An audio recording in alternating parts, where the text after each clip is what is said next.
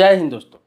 आप किसी भी प्रकार का वाहन खरीदना चाहते हैं, चाहे कोई गाड़ी हो, चाहे बाइक हो, कार हो, आप खरीदने जा रहे हैं किसी से या फिर बेचने जा रहे हैं, आपको क्या क्या सावधानी बरतनी चाहिए, अन्यथा आप जेल जा सकते हैं। अभी आप एग्जाम्पल आपको दे रहा हूं कि एक व्यक्ति ने अपनी गाड़ी बेच दिया था लगभग 1 साल पहले, और उसने एफिडेविट भी बना लिया था, सेल लेटर कर दिया था, लेकिन वो गाड़ी गलत कामों में पकड़ा गया।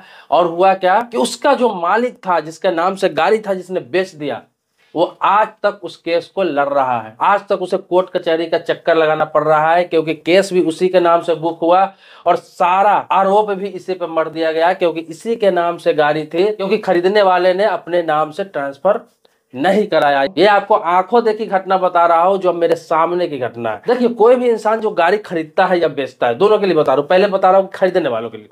गाड़ी खरीदता है तो करता क्या है कि गाड़ी तो खरीद लेता है, वो पैसे अगले को दे देता है, सारे डॉक्यूमेंट्स ले लेता है, वो जो भी है, आरसी है, चाहे इंश्योरेंस है, चाहे पॉल्यूशन है, चाहे सेल लेटर है, ये सारी चीजें उससे ले लेता है।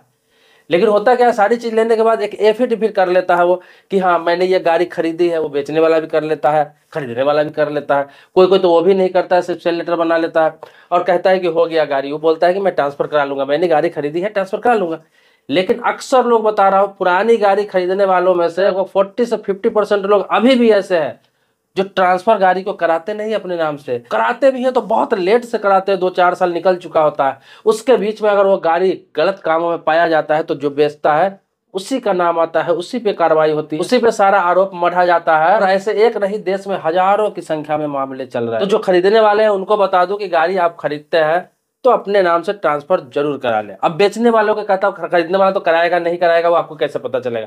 सबसे ज्यादा बेचने वालों को सावधानी बरतनी चाहिए। जो गाड़ी बेचते हैं उनको सावधानी बरत। आप सेकेंड हैंड गाड़ी बेच रहे हैं तो आप सारा डॉक्यूमेंट्स तो उन्हें देते ही देते हैं। इसके अलावा आप एफिडेविट तो करते ही करते हैं, स्टाम्प पेपर बनाते हैं, पेपर कि मैंने ये गाड़ी उनको दे दिया है, आज से मेरी जिम्मेवारी नहीं रहेगी। आप भले ही सारा आईडी ले लेते हैं, कुछ भी ले लेते हैं बेचने वाला का, उससे कोई मतलब नहीं है। अगर वो गाड़ी उसके नाम से ट्रांसफर नहीं है और वो गाड़ी किसी गलत कामों में पाया जाता है, कोई स्मगलिंग में पाया जाता है, किसी का एक्सीडेंट कर देता है, या फिर कहीं हिट एंड रन का मामला होता है, गाड़ी से बहुत तरह के गलत काम हो सकते हैं, तो क्या होगा, उस पीरियड में आप फंसेंगे। तो आप क्या करें, गाड़ी अगर बेच रहे हैं तो आपको क्या करना है कि गाड़ी बेच दे तो एफिडेविट तो कराए ही कराए, वो तो कंपल्सरी है। बहुत लोग ये नहीं कराते हैं तो और फंसते हैं।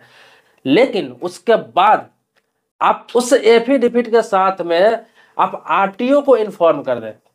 ये बहुत लोग नहीं करते हैं, मालूम भी नहीं है कि गाड़ी बेचने के बाद में आरटीओ को इन्फॉर्म भी करना होता है कि मैंने ये नंबर की गाड़ी फलाने व्यक्ति से बेच दिया है, जिसका आप आईडी लेंगे, एफिडेविट बनाएंगे, सारा उसके बारे में जानकारी उसमें फिलअप करेंगे, उसका भी सिग्नेचर रहेगा, आपका भी सिग्नेचर रहेगा, 1-2 विटनेस रहेगा उसमें।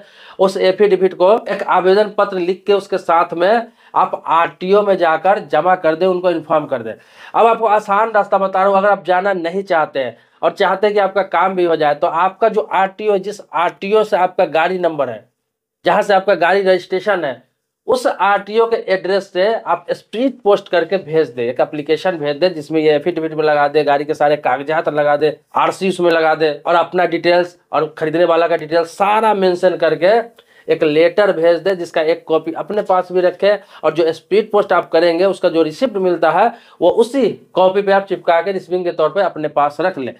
इससे क्या होगा कि जब तक वो गाड़ी अपना ट्रांसफर अपने नाम से नहीं कराता है और बीच में उस गाड़ी से कोई कांड हो जाता है, तो गाड़ी तो आपके नाम से रहेगा, केस तो आपके नाम से बुक होगा, सारा कार्रवाई आपसे होगी, पूछताछ आपसे होगा। उस पीरियड में क्या है कि आप वो लेटर दिखा देते हैं कि मैंने गाड़ी बेच दिया था और उसने ट्रांसफर नहीं कराया था, तो फिर आपकी जिम्मेवारी खत्म हो जाती है। डायरेक्ट जिसका आप सारा डॉक्यूमेंट्स देते हैं उसी पे कार्रवाई होगी और आरटीओ की तरफ से उसी की जिम्मेवारी होगी। लेकिन सिर्फ बेच देते हैं और आपके पास कोई प्रूफ नहीं रहता है कि मैंने गाड़ी बेच दिया है, फिर आप पर पूरी जिम्मेवारी आएगी। एफिडेविट रहेगा तो पुलिस वो मानेगी नहीं, वो बोलेगी कि तुम कोर्ट में आओ, कोर्ट में साबित करो, कोर्ट में आकर साबित करो कि तुमने गाड़ी बेचा, किससे बेचा, तुम लाओ उसको पकड़ के, तुम बुला कर लाओ, तुम उसे हाजिर करो, क्योंकि तुमने तो आरटीओ को इन्फॉर्म किया ही नहीं, इन्फॉर्मेशन दिया ही नहीं कि तुमने गाड़ी बेच दिया है। तो भले ही आपका पीछा छूट जाए, भले ही आप निर्दोष साबित हो जाए, लेकिन होता क्या है कि आपको 2 साल, 4 साल, 5 साल कोर्ट कचहरी का चक्कर लगेगा, खर्चा लगेगा, जितना कि आपने गाड़ी नहीं बेची उससे ज्यादा आपका खर्च लगेगा, वकीलों को देना पड़ेगा, समय बर्बाद होगा।